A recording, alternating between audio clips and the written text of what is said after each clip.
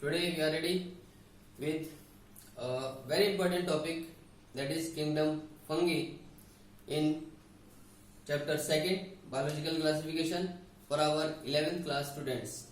Okay, in our previous class we had discussed about kingdom Monera, kingdom Protista. So now it's time to proceed to the kingdom fungi. Let's see. As you know that all the members of kingdom fungi, they are heterotrophic in nature, means they all are dependent on some other organisms to fulfill their food requirement. Okay, either in form of saprophytes or in form of parasites or in form of symbiotic associationship. So it means that these fungi, they obtain their food from others and they can never manufacture their food. Okay, and there is a vast variation in their habitat, in their feeding habit among this all the fungi. And so this fungi kingdom is basically divided into four main classes. As you can see, these classes are Phycomycetes, Ascomycetes, Basidiomycetes and Deuteromycetes. Okay, so let us see their comparative study, what their common features are and how they differ from each other. Let's see.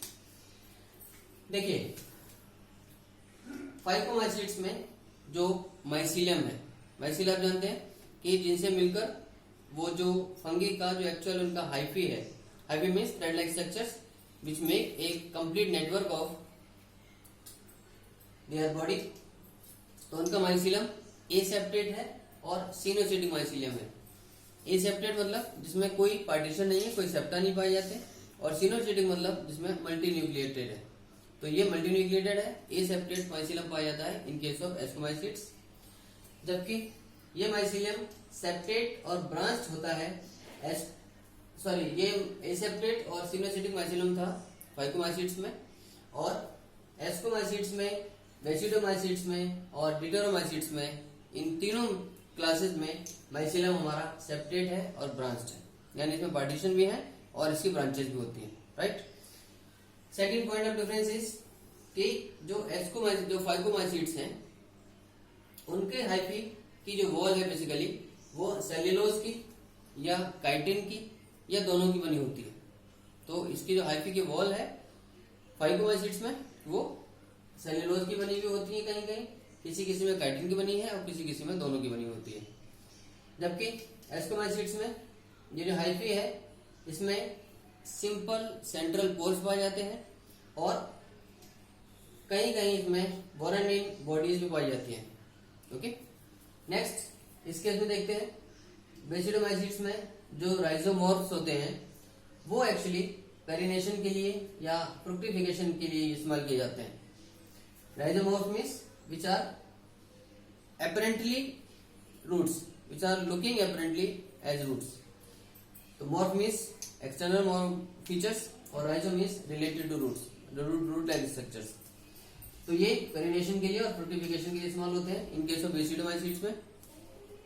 Then यहाँ इसका अगला point है asexual reproduction. जो डिटोरमाइसीट्स होते हैं उसमें या तो कोलिडिया के थ्रू होता है या ओइडिया के थ्रू होता है या कहीं कहीं क्लेमाइडोस्पोर्स भी पाए जाते हैं फॉर एसेक्सुअल रिप्रोडक्शन.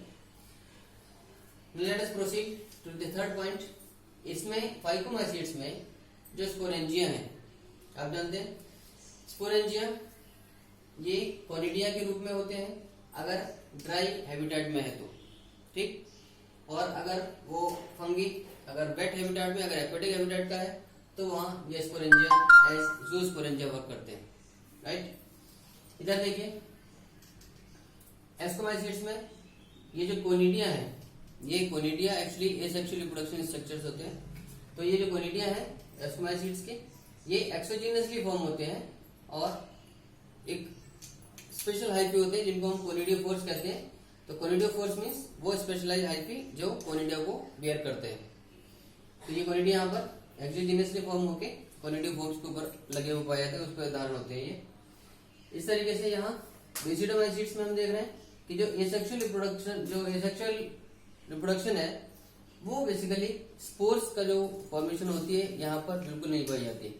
तो बेसिडोमाइसीट्स में एसेक्सुअल स्ट्रक्चर्स जो स्पोर्स रूप में है दे आर नॉट फाउंड, लेकिन यहाँ वेजिटेटिव रिप्रोडक्शन जरूर होता है और ये कॉमनली फ्रेगमेंटेशन के द्वारा होता है, राइट। तो एसेक्सुअल रिप्रोडक्शन नहीं पाया जाता, एसेक्सुअल स्पोर्स नहीं पाया जाती इसमें, जबकि वेजिटेटिव रिप्रोडक्शन यहाँ फ्रेगमेंटेशन के थ्रू कॉमन है। अगले पॉइंट पे आते हैं, यहाँ जूस्पोर्स, आप जानते हैं ये सेक्सुअल रिप्रोडक्शन स्ट्रक्चर्स हैं।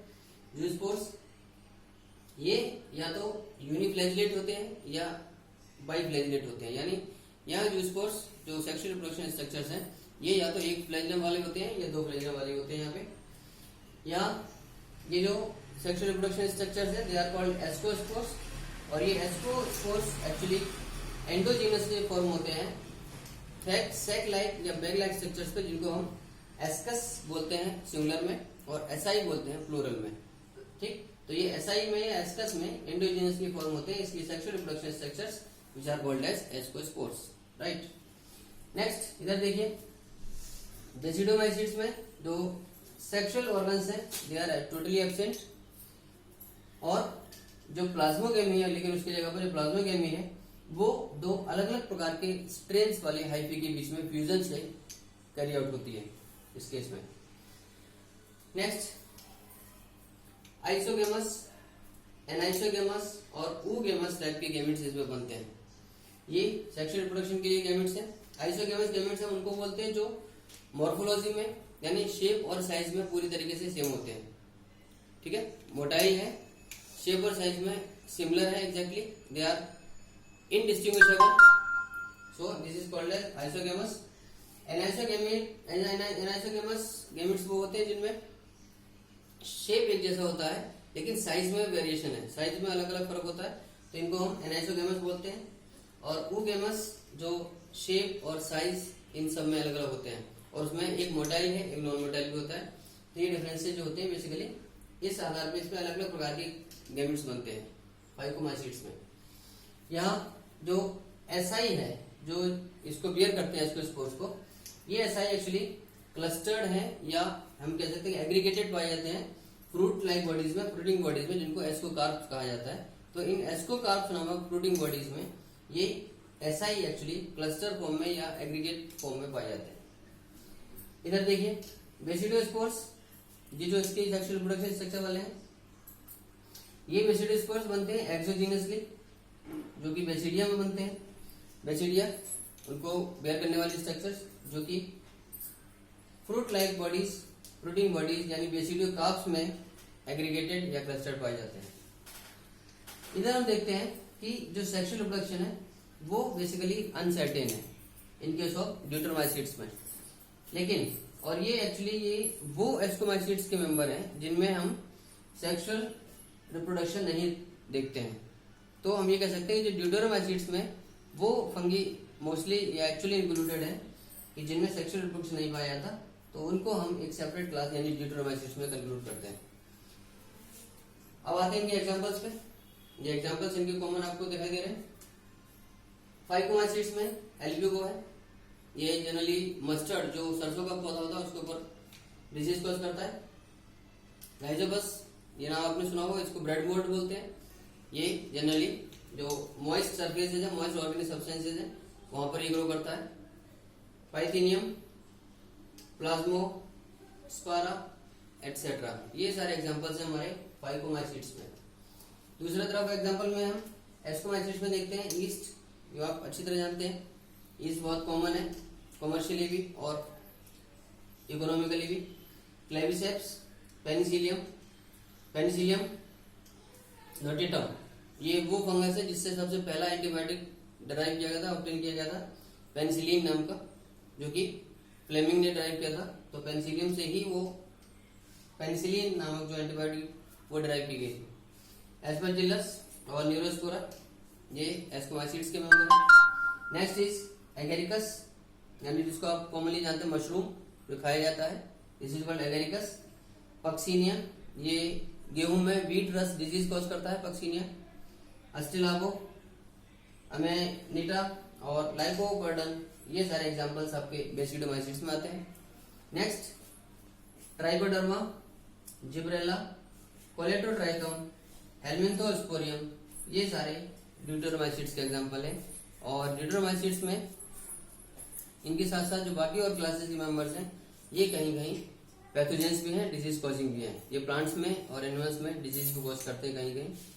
तो guys, this is all for today and your homework is you have to complete all the questions up to all these topics very genuinely, very properly, and stay home, keep watching videos, keep studying hard, and thank you very much. God bless you all.